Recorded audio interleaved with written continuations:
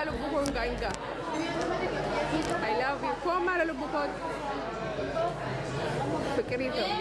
Thank you sih lu. Lalu buku kembali. Lupa.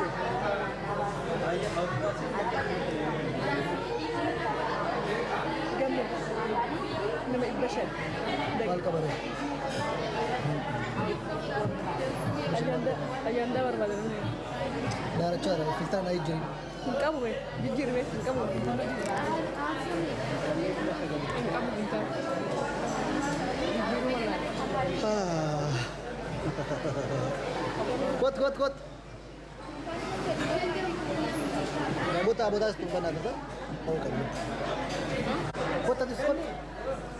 Borsa ko makan kain be koran. Borsa ko es que tiene. Wampers tu benar saya coba. Maru. Woi.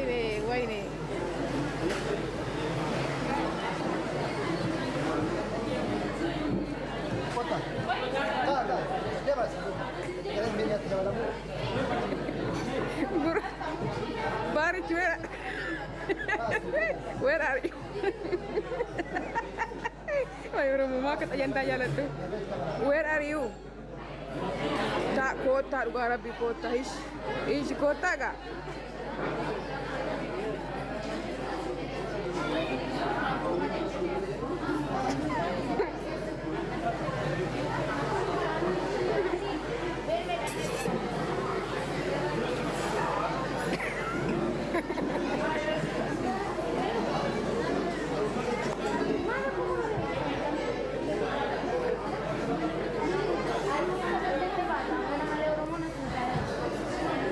Ano kita gawain ko pa rin?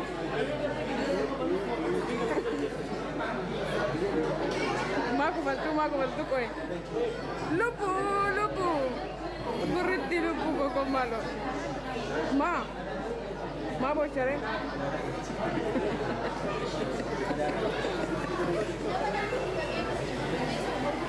I love you, okay? Barang I love you. Gusti ko lugar abi buche ko.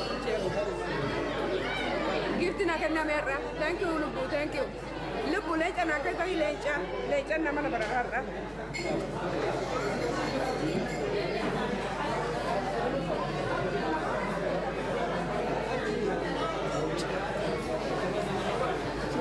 Okay.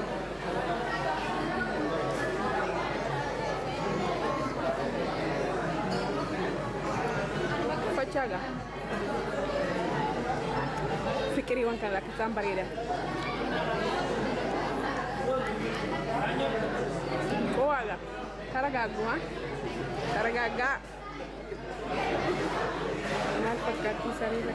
Ani lubu ani.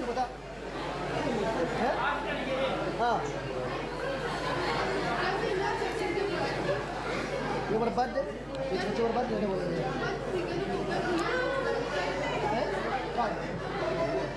Ana lubu. Alanjut lubu, alanjut mo. Bagi kawan nasi itu murah. Kawan finish. Enggak sih jelas. Question berapa palta nih? Habis tu, aneh umida terlibat dah.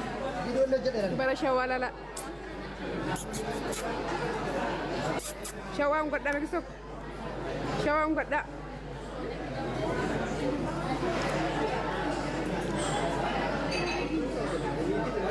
Malka.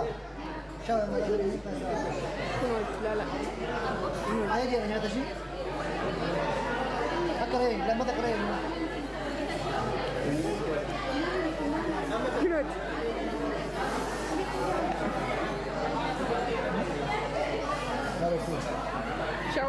Shawayo nanti ba?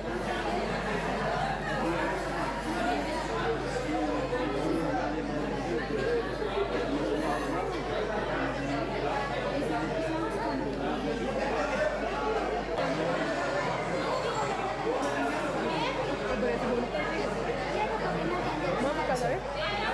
Bukan. Main jadi. Tah. Ayo.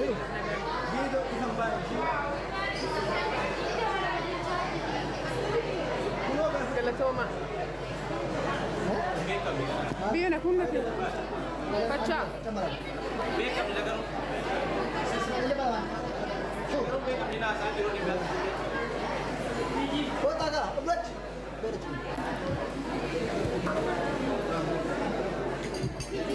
Oye. Oi. TikTok ini nugat Kabda?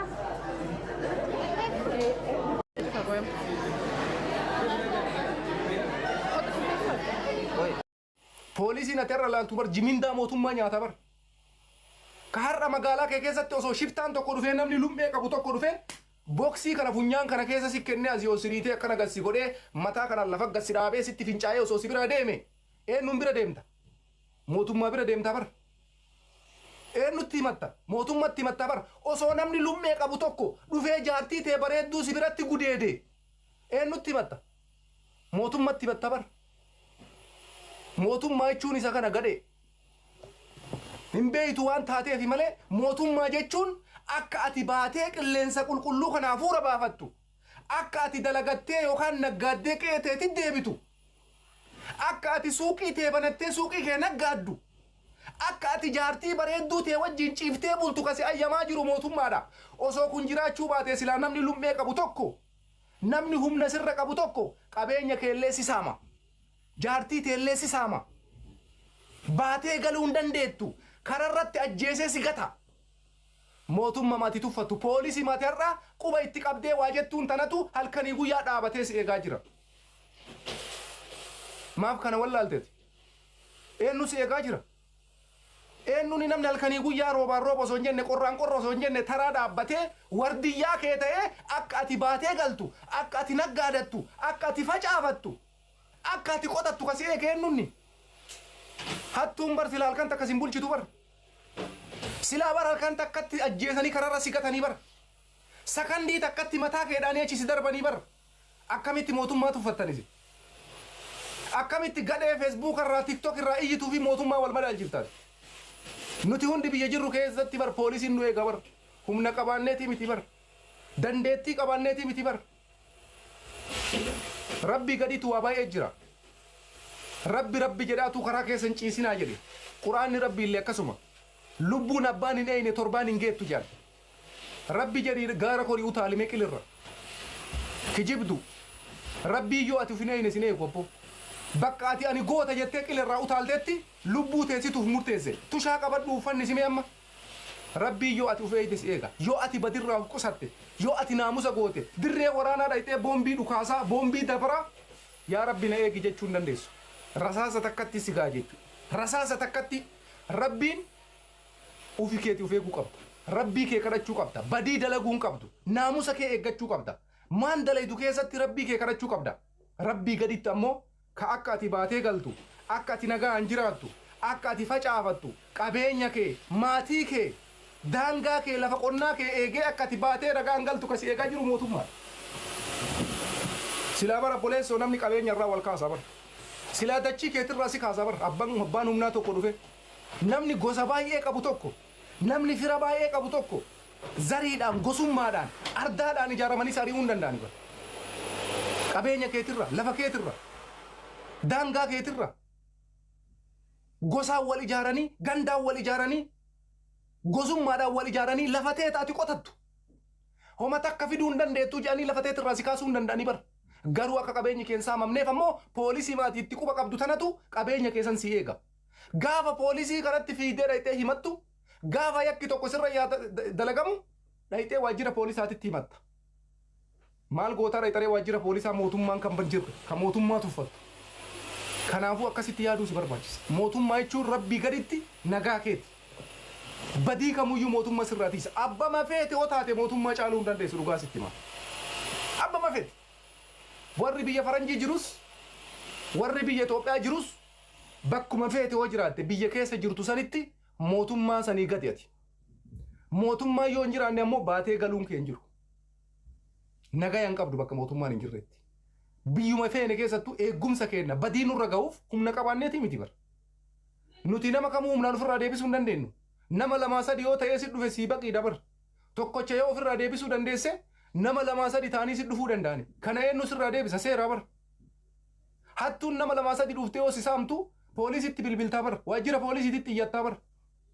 Isa kana mootummaa jechuudha. Biyyi seera hin qabne biyyaa miti. Olaantummaan seeraa eenyumaayyuu jiraachuu qaba. Biyya kam keessattuu jechuudha. Nuti amma booda faaktii jirtu isinitti himna. Akka kanaan dura propagaandaa amma amaarri dalagu kana dalaynee turre. Mudii nu duraan qabachaa turre irra jarri qabachaa jiran. Sirii gala warri amma bashaa uummata isaanii kakaasuudhaaf godhan kan nuti qabsoo kana fayyadamnee turre. Waan nu dalayne irra deebi'anii dalagaaran. Addisii takka wanni irra lolli naannoo Amaaraa keessa uumame tokko hin jiru dhugaa isinii hima. Waan addisii haga qeensaa tana wanti jarri kun uuman takka hin jiru. Waa hunda waan nu dalaynee bira tarre abboo. Nurraa akorrojanii istiraateejii nurraa fayyadamanii akkasitti uummata keenya damma isin uummata keenya kakaafna jaa jiran. Hin dandayan garuu. Inuma hin dandayan. Sababiin isaa uummata isaa wajjin taaggalaa jirantu uummata taphaatii miti. Uummata isaa wajjin falmaa jirantu uummata taphaatii miti. Oromoon Itoophiyaa keessatti fiqiriidhaan yoo hin ta'in jaalalaan yoo hin ta'in aangoo isa harka jirtu namni isa harkaa baasuu danda'u hin jiru. Haayila Sillaasee waggaa 40 bulche. Waggaa 44. Akkanatti ciisee tortoree. Sadhumaa irratti Mangistuu Hayilamaariyaam dhufee isa ajjeesee aangoo fudhate. Waggaa 44. Oromoo namni aangoo irraa kaasuu danda'u tokko hin jiru. Dhuguma isinitti hima. Garana wal qolee achi wal shoqolee matakka ciisee tumata. Uummata baay'eedha waan ta'eef. Uummata hedduudha waan ta'eef. Kanaafuyyuu tokkummaa nu barbaachisa. Jibbaa xilaanni saba kanaaf qabu argaa jirta. Nuti nama kamuu hin jibbinu. Garuu nama nu jibbu hin jibbina. Nama jaalala nuu kenneef jaalala kenna. Nama jibbaa nuu kenne akkasuma balaaleef. Akkasiini nuti Oromoodha. Fikiritti amanu. Garuu nama nu daffaruu dhufe eenyumaayyuu ofitti hin kennin keessa. Eenyumaayyuu jechuudha warra har'a kaabarraa kaanee dhufnee 4 kiiloo seenna jedhu kana. Ajaa'iba barra. Waraanni adda bilisummaa Oromoo maaliif akka taaggalu hin beeku warri har'a wanni ofiin jedhu kun. Nuti qabsaa'ota warri ofiin jedhan kun. Abaa'oon maal akka barbaadu hin beekan. Hin beekan silaa Abiyyi